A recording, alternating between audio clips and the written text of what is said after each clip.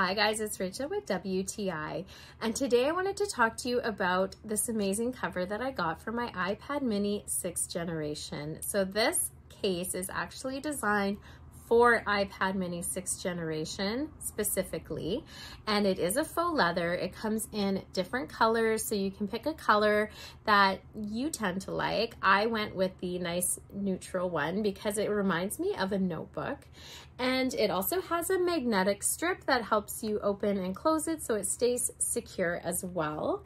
This is a faux leather, and it has a beautiful detail picture pressed right into it. I absolutely love it. If you open it up, you do have a section where you're able to put a couple cards, maybe hold money, whatever you want. It can go right in here, and it does have two different sections that you're able to put your iPad on an angle, whether it's on your lap, desktop, depending.